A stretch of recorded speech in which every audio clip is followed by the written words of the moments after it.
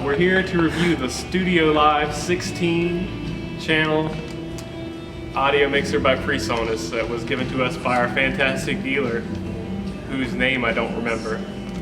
I'll add that in editing. We just, me and my protege behind the camera, who shall remain nameless, I guess. Unless, do you want your name? No, he shall remain nameless. Going through it, we got it to try out. We wanted to take it through its paces and see if it would be good for what we need it for. I actually have a few notes here. So I guess it's time to come behind the console. Alright, so we jumped right into the console here and we found everything to be pretty intuitive. First of all, you hit the channel select button, you've got pretty much everything in front of you, which is great for a digital console like this. And it's different from a lot of other consoles that are digital these days because of that very fact that everything's in front of you. You don't have to go through many menus hardly at all. You want your EQ, your compression, it's all right there in front of you. It's very, very easy to get used to. You see you've got the readout of your frequencies here, and then the gain reduction or boost. Very natural. And then mixing the aux, pretty natural. That's our aux mix right there for all your 16 channels. It was all very easy to figure out.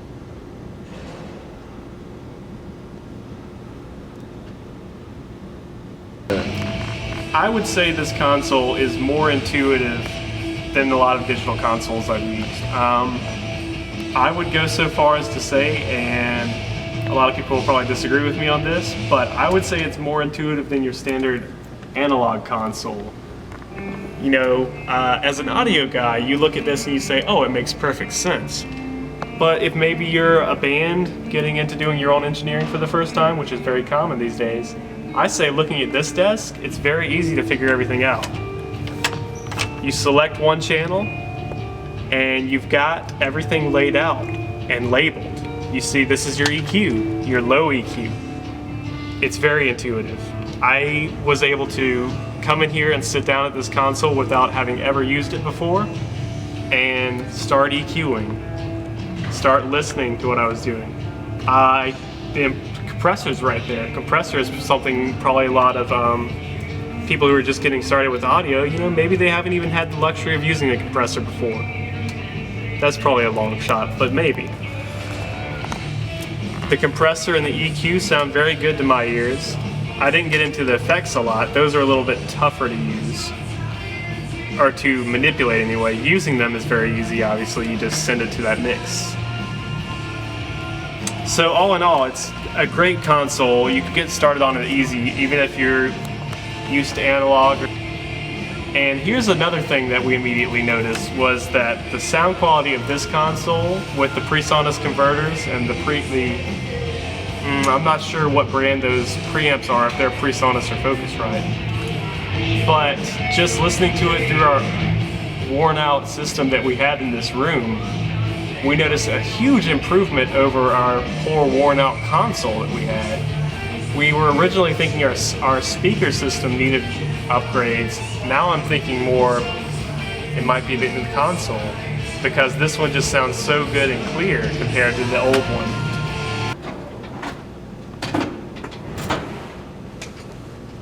That being said, I did have a few gripes that I found, which mainly go beyond the installed system or small band scenario. If you're a full-time sound guy taking this out to different locations, I have a few gripes to go into. Alright, so one issue we found when dealing with the aux mixes, it's very simple to get a quick mix going of your first 16 channels. That's just you hit which aux you want, and you only have to hit it once. You hit what you want, dial it up where you want. That's all very nice and quick. However, when you hit that mix button again, it brings up these 6 additional channels that are available for you to mix. And the first question I had was, what the hell are those 6 extra channels? There's really no label to indicate what they are. That brings me to another point, is labeling on this. Whether you're dealing with these 6 extra channels on the aux mix, or you bring up your graphic EQ, you really start to struggle in that nothing is labeled, once you get off the main functions of the face of the console. These graphic EQs, you're looking over here on this little readout to see what the heck EQ band you're working with. And while that's fine, you know, it was easy enough to figure that out and decide what I wanted to do. In a live situation, you really want to be able to look and mix on the fly. You don't want to have to be over here and then, you know, you don't want to have your eyes in two different places. So labeling is something that would have been very helpful. You know, these second row of numbers up here are sort of superfluous with all the extra labeling of numbers you have going on the console. Those could have very easily been labels for your graphic EQ frequencies. As it is, you know, I got to break out the trusty label tape on the fancy new console here and somehow fabricate the right length to write some frequencies on there. Just to clarify this, if it's not easily accessible in the manual for everybody, what those extra 6 channels are on the second layer of the mix, they are your 2-track tape in, your stereo input A, and your stereo input B. And those show up on those extra 6 channels. This one, however, I'm mixing something there, and I still, after about an hour and a half with the console, I have no idea what that channel does. A label would be extremely helpful. Which this is something major we use. We would take this console to many different venues and set up for a band. We went looking for the graphic EQs, and at first, looking at the face of the console, we weren't even sure if there was a graphic EQ built in. Now mind you, we didn't read any labels or look at any other reviews before we jumped in. So we eventually found the graphic EQ. It took us quite a while, which was interesting. You have to go through the menu system to get to your graphic EQs, which, first off, that's in a live situation, not great. And it takes about 8 button presses to get into the graphic EQ system. Then you got a page down. There's your graphic EQ. So once I found it, it was still a little difficult to figure out. You see that a readout has popped up over here. It has 16 indicators here. But what do they mean? You know, the first thing it takes to start grabbing them, and you'll notice, if you could zoom in, there's no label over here for which frequency band you're dealing with. The only readout you get of a frequency band is over here on this menu system when you scroll through the different bands. Then you get a readout of what frequency you're dealing with. Now in a live situation, especially with graphic EQing, when you're trying to get rid of some feedback, you really don't want to have to go through all this. It's not a very intuitive process, and that's one of the main issues we have with the console. What we're going to do now, I've gone through this a couple of times already, we're going to do a live test of this situation. I'm going to get completely out of this menu, and I'm going to have my assistant call out a frequency. I'm going to try to EQ out the frequency in real time. Now, the first time I tried this, it took me about 27 seconds, which would be, that's a lot of time to hear feedback. I was able to get that down a lot by having everything set up and ready, but I'm going to do another test here just so you get an idea of how many steps you have to go through once you start hearing feedback to get rid of that frequency. So whenever you're ready, give me a frequency. All right, can you take out a little 10K for me? 10K.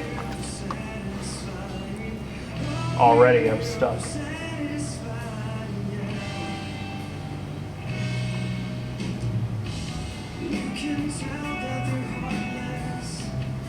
$10K. Took it out. That took about 12 seconds. That's a long time to hear 10K screaming at you. That's a lot of time. And I already knew where to go, but it's just not quick to get there.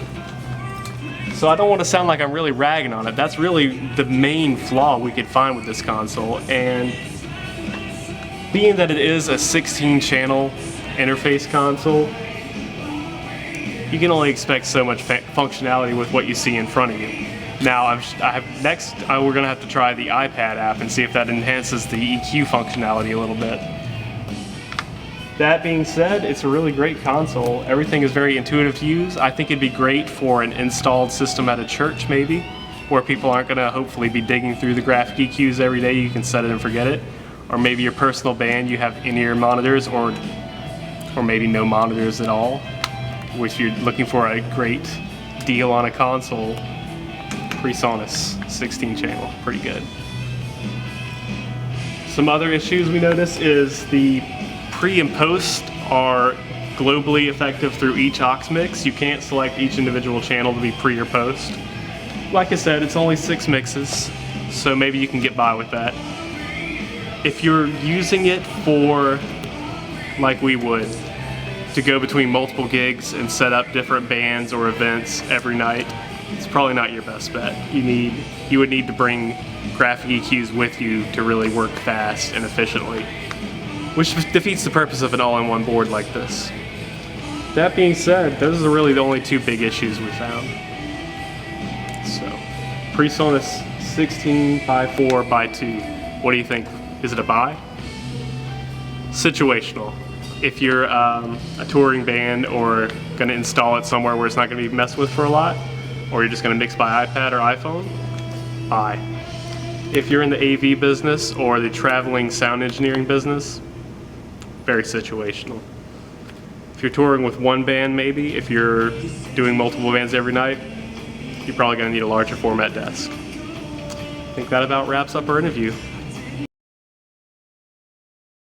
Oh, we ready? We are. Alright, are we rolling? Rolling. Alright, we're here to review the Presonus StudioLive. Does that thing even have a mic on it? I think so. Okay.